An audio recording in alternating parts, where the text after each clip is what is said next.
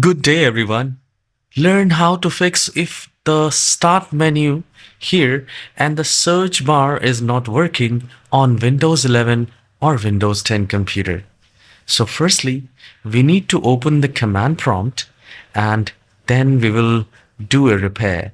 So we will click on the start icon. Since the start icon is not working, then we will press Ctrl Shift and Escape to open the task manager. All right, you can also do a right click in the start icon, then you can open the task manager. All right, now here we will click on run new task and then we will type CMD like this. You can make it smaller case or uppercase, not a problem.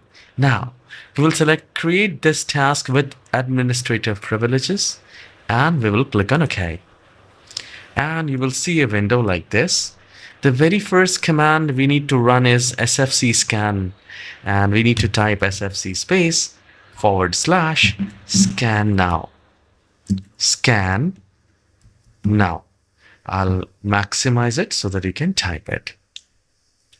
Once you have typed it, you need to hit enter and this will begin the system scan for you and it will repair the computer. It might take 2 to 5 minutes. Once this is done, then you need to restart the computer and then run the command again. There is one more command which is DISM online cleanup image restore health. Right.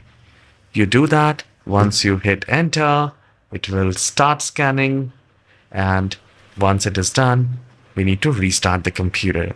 Now, after this restart, the start menu and the search menu will start working. Do let me know, and also try to update your Windows by going to settings and then Windows updates and check for updates. All right. So do these things and do let me know in the comment section whether this fixes the start menu and search bar or not. And if the search bar and start menu is working, please hit the like and subscribe. And I'll see you in the next video. Have a wonderful day. Take care.